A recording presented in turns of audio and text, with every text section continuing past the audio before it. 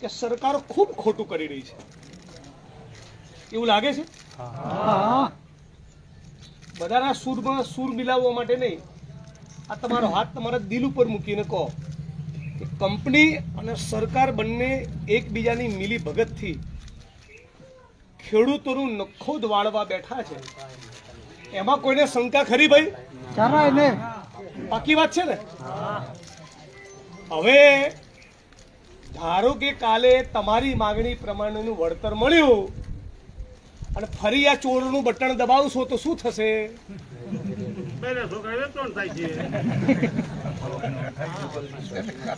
આ એ જ લોકો છે ને જેમણે હિન્દુ મુસ્લિમ કરાયું, ભાઈને ભાઈથી લડાયા, 400 નો બાટલો 1000 માં આપ્યો, પેટ્રોલ ડીઝલ મોંઘું કર્યું, હોસ્પિટલના બિલ મોંઘા કર્યા, રાશન કરિયાણું મોંઘું કર્યું, ખેતીના ઓજાર, જંતુનાશક દવા, ખાતર આ બધું મોંઘું કર્યું, પછી વીજળીના થાંભલા નાખવાયા. બરાબર વાત છે ને? વીજળીના થાંભલા નાખવાની પહેલા તો નખોદ વાળેલું જ હોય. તમે બટન દબાવતા હતા કે નહીં? એટલે પહેલા સરકારે બરાબર પાકા પાયે કરી લીધું, બરાબર મુસલમાનોની વિરુદ્ધમાં ઝેર ભરી દો લોકોમાં. સરકારે આવું કર્યું ને, અને તમને ટાઈટ કર્યા, અને પછી તમારા હિન્દુઓના જ બૂચ મારી દીધા. વાત સાચી ખોટી? તમારામાંથી જેટલા હિન્દુ ખેડૂત હોય હાથ ઊંચો કરો. બધા હિન્દુ છે. કરો બે હાથ ઊંચા કરો ને ખબર પડે મીડિયા વાળાને. છો ને બધા? હવે કોઈ જોવા આવે છે? આ રામનું નામ લેવા વાળા હવે કોઈ જોવા આવે છે? તમે બધા નથી રામના ભક્તો? તમે બધા રામના ભક્તો છો કે નહીં? તો તમારા તો બૂચ મારવા બેઠા છે. તો આ ચોરોને ઓળખવાના કે નહીં? આપણું ગુજરાત રાજ્ય ગુજરાતની જરૂરિયાત કરતા વધારે વીજળી પેદા કરે છે. આવું વિધાનસભાના મંચ ઉપર 10 વખત ગુજરાતની સરકારે કીધું, તો તમારા ખેડૂતોના ખેતરમાં તમારી મરજીની વિરુદ્ધ આ થાંભલા નાખવાનો કાર્યક્રમ કરવાની કોઈ જરૂર નથી.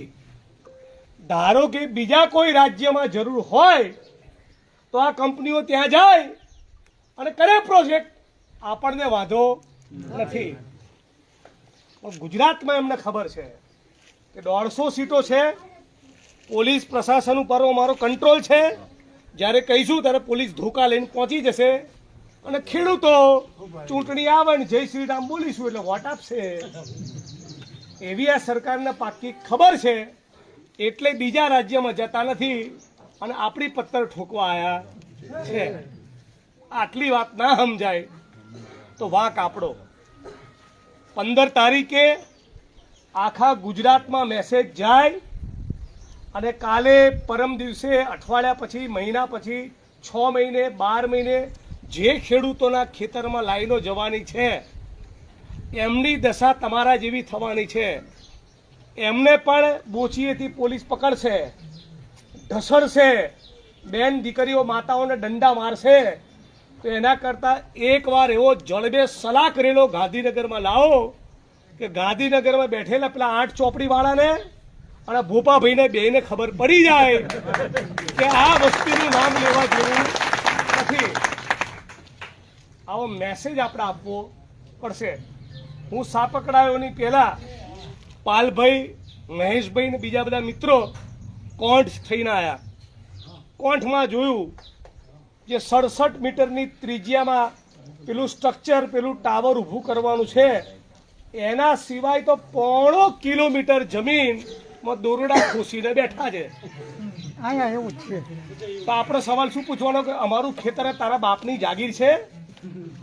હે, મારા ખેતરમાં તારે 1 ઇંચ પગ મૂકવો હોય તો 1 ઇંચ પગ મૂકવાની કિંમત કેટલી થશે એવું ખેડૂતને પૂછવું પડે.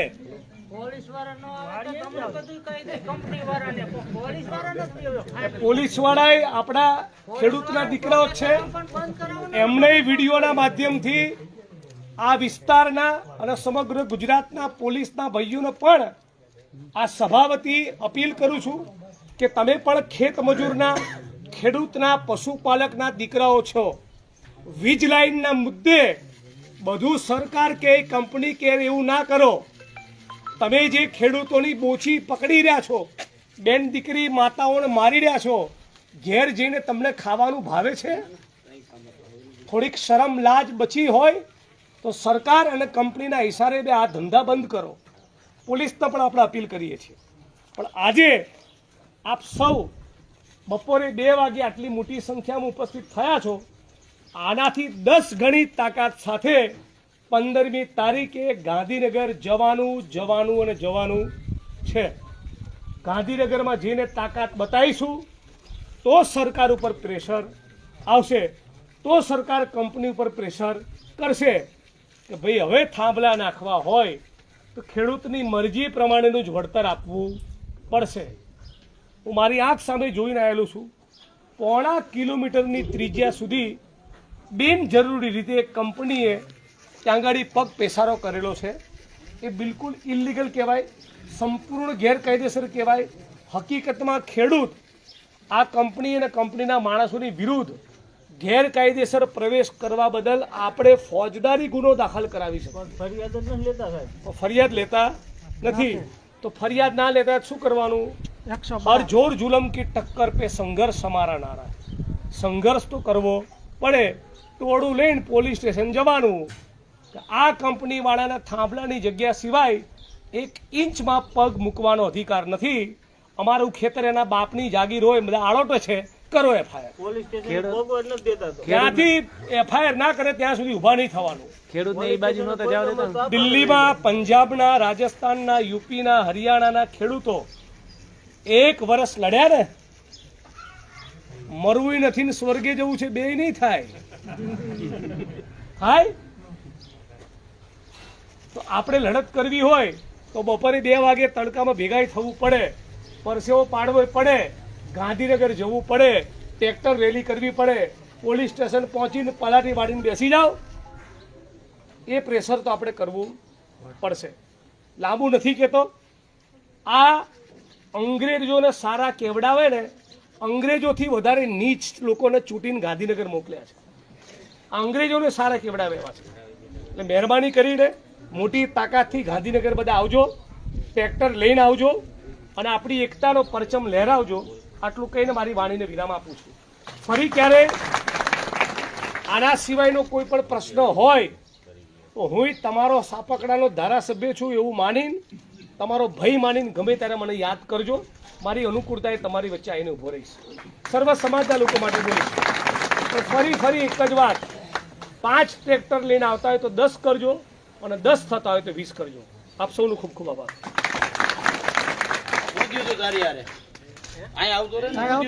બોલ ભાઈ. પોલીસ વાળા શું કીધું હતું? 2 દિવસ પહેલા હું ગામમાં બપોર 2 વાગે દુકાન બેઠેલો. હું અને મારા મિત્ર 2 જ હતા. પોલીસની ગાડી 4-5 આવેલી, એમાં પીએસઆઈ ને બધા હતા. અને મને કે તમે લોકોને ફરમાવો પોલીસ વિરુદ્ધ, કે તારી પર ફરિયાદ દાખલ કરો એમ, ઉશ્કેરા એમ. મેં કહ્યું મેં ક્યાં કર્યું? તો કે તારા મોબાઈલ લઈ. મારા આગળ મોબાઈલ લઈ લીધો પરાઈને અને મોબાઈલમાં જોયું, એવું કંઈ નીકળ્યું નહીં. પછી એરિયા જતા રહ્યા. પછી મને કે તારી ઉંમર કેટલી? મેં મારા 27 વર્ષ ઉંમર હે. તો કે તાર જીવવાનું હજી બાકી? મેં હા. એવી ધમકી આપી એ કે હળવદમાં તું આવ લે કે. એ પોલીસ વાળાને જોઈ ઓળખો છો? હા જોઈ ઓળખો છો? નામ નથી ખબર. જોઈ ઓળખો છો ને? હા.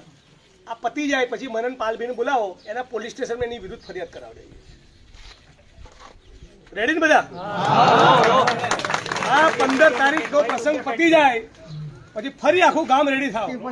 આપણા ગામના કોઈ પણ દીકરાને કે ખેડૂતને આવી ટણીની ભાષામાં વાત કરે તો ચલાવવાનું નથી. એક મિનિટ.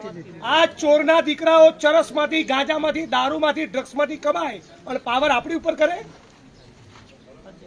આ બિલકુલ ચલાવી લેવાનું નથી. તમે બિલકુલ મુજાશો નહીં. જોઈ ઓળખો છો ને? તમે નામજોગ ફરિયાદ કરો, તમે નામ શોધી કાઢો. રેડી ને બી બધા? તમને શું કહ્યું? મને કહો ભારી કહો. મારું તો મારું નામ મુકેશ રબારી અને એક જ મિનિટ 5-6 મહિના પહેલા પેલો મારો વિડીયો જોયો છે પટ્ટા ઉતરી જવા વાળો આ લાગના જ છે ને થયો ને અનુભવ થયો ને તમારા કોટ ગામના લોકોને સાપકડાના લોકોને અનુભવ થયો ને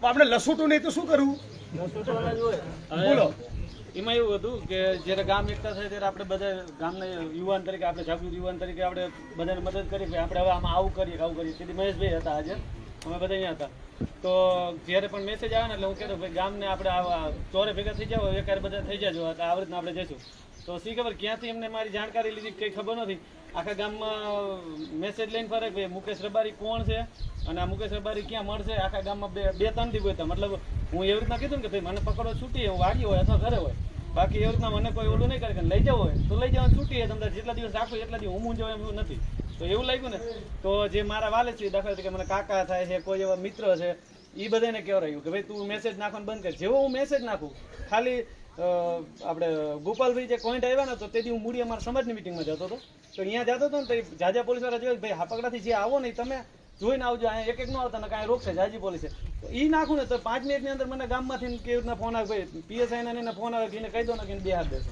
મુકાને અમે લઈ જશું આવી રીતના અને 5 મિનિટની અંદર જે પણ મેસેજ નાખું 5 મિનિટની અંદર મને ફોન આવે એમના તરફથી નહીં પણ મારા જે વાલે છે ને એના તરફથી મને દબાવવામાં આવે ઘરે મારા પાપાના હોત ફોન કરીને કહેજે ભાઈ તમારો છોકરો હજી નથી માનતો હવે આને બિહાર દો આ લોકોની મૂળ દાદાગીરી બહુ વધી ગઈ છે આ દાદાગીરી તમે તોડો આપણે ગુજરાતના લોકો ગુજરાતીઓ ભારતવાસીઓ પોલીસ અને ભાજપની સેનાના કે નોકર નથી ગુલામ નથી આજે દમદાટી આપે છે ને ચૂંટણીઓમાં ચૂંટણી પતી જાય પછી ફોર્મો પાછા ખેંચાવે વીજળીના થાંભલા નાખે આપણી મરજીની વિરુદ્ધ આ ભાઈને કે તું બોલતો નહીં ફલાણા ગામ આ જે દાદાગીરી છે એ ખતમ કરવી પડશે કે નહીં આપણા બાપ દાદાઓ અંગ્રેજો સામે લડ્યા આ કાળા ચોરો સામે નહીં લડીએ અને બીજું સાહેબ અહીંયાથી કોઈને વાડીઓમાં જવા નથી દેતા કોઈ ખેડૂતને હવે 5 દિવસથી ખેડૂત જતા નતા અત્યારે પાણી છોડે ખેડૂત અત્યારે સંભાળ લેવા ગયો ને તો 500 મીટર સુધી બધાનો કેબલ લઈ ગયા ચોર હવે કોઈ ખેડૂત કોઈ અહીંયા જોવા જઈ નતા શકતા એનો કોણ જવાબ દે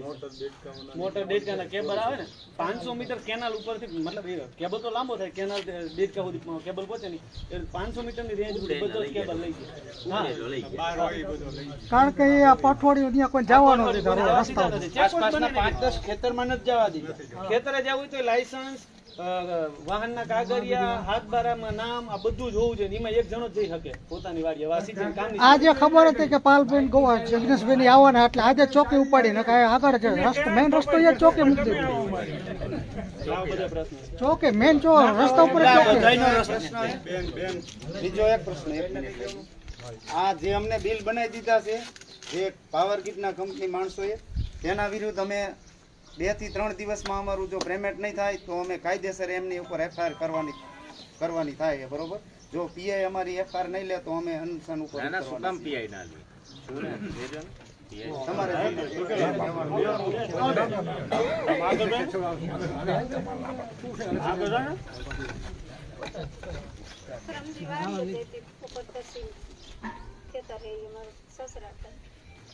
તો વાડીએ જાય તો મને કે હું લેવા આવ્યા મેં કીધું મને લખાણ દો ફાઉન્ડેશન ભર્યું ત્યાંથી મને લખાણ નથી દીધું મને વળતર કોઈ નથી તો મને પોલીસ 4 આવ્યા ઓલા મુકેશભાઈ હતા ને આવ્યા તો કે હું લેવા આવ્યા મેં કીધું મને લખાણ કરી દો લખવાનું નથી ને દેવાનું નથી ને તાર જવું હોય તો દિલ્હીથી જીએ મુકેશભાઈ અધિકારી પાવર ગ્રીડ અધિકારી કામ થાય ને કામ તો કરવાનું છે ચાલુ રાખવાનું છે તારે તમારે જ્યાં જવું હોય ને ત્યાં સુધી પહોંચી જવું તો મેં કીધું મને આરોપ કરીને મને લઈ એસપી અને કલેક્ટર બંને જોડે વાત કરું આજ અને હું આ તો ફાઉન્ડેશન ભર્યું ને કાલે દેરાણી બે સાસુમાં બે દેરાણી ભાઈ અહીંયા પહોંચીને ઓકે છોકરા બે ભાઈ એમના સસરા ઓફ થઈ ગયા બે ભાઈ ઓફ થઈ ગયા વિધવા બેન હવે આવા વિધવા બેન ઉપર ગુજરાતનો કોઈ પોલીસ કર્મી એ ટણી કરે આર્મીના જવાનના વિધવા વિચાર કરો એની ઉપર કોઈ સરકારી કર્મચારી ટણી કરે કેટલો કાયર કહેવાય મને વારી ચાર દાન કીધું તમારે જ્યાં જાવ ત્યાં પહોંચી જજો, મને કોઈ બીક નથી. બસ એમનો દીકરો આર્મીમાં અત્યારે. અને છોકરો અત્યારે આર્મી. એક સવાલ મારે કાલ પાલભાઈ જોડે વાત થઈ હતી. આખા ગુજરાતમાં તમે એક પણ આઈએસ ને, એક પણ આઈપીએસ ને, કે ભાજપના એક પણ મંત્રીને કોઈ ઉદ્યોગપતિની સામે પાવર કરતા જોયો છે? નહીં. કોઈ ઉદ્યોગપતિ, કોઈ પૂંજીપતિ, કોઈ ધંધા શેઠ, કોઈ કોર્પોરેટ કંપનીનો માલિક એને જેલમાં ખુશી ગાલ્યો હોય એવો એકે દાખલો જોયો છે? આમનો બધો પાવર એ સામાન્ય જનતા અને ખેડૂતોની ઉપર જ નીકળે છે. આમની બધી ચરબી એ ગરીબ લોકો, પશુપાલકો, દાળિયાઓ, ખેડૂતો, યુવાનો, લડનારા માણસો બધી તાકાત ત્યાં જ વાપરે છે. પૂંજીપતિ ઉદ્યોગપતિઓના દલાલ છે, ત્યાં બોલી શકાતું નથી. આ વિધવા બેન ઉપર પાવર કરે છે. તાકાત હોય તો અદાણીનો કોઈ માણસ આવે નહીં, અમે ટણી કરતો ખબર પડે, ત્યાં બકરી ડબ્બામાં આવી જાય છે અને બધી ટણી આપણી લાગે સામે કરે છે. એટલે આપણે બધા માણસોએ પણ આ લોકોને બરાબર કર્મચારીઓને ઓળખવાની એસટીને કહી જરૂર દે છે. નીચે આવવા વાત કરવાની. આખું પોણા 5 એસટીને વર્ષ નીચે આવવા વાત કરવાની એનો માણસ સાંભળો, કહી દે. એસટી પોણા 5 વર્ષ આપણે શું કહીએ? આપણે લડીએ છીએ અને ચૂંટણી આવે એટલે લૂંચો મારીએ છીએ. તો હવે આ લોકોની દવા કરવાનો ટાઈમ આવ્યો કે નહીં? હવે તો દવા કરો.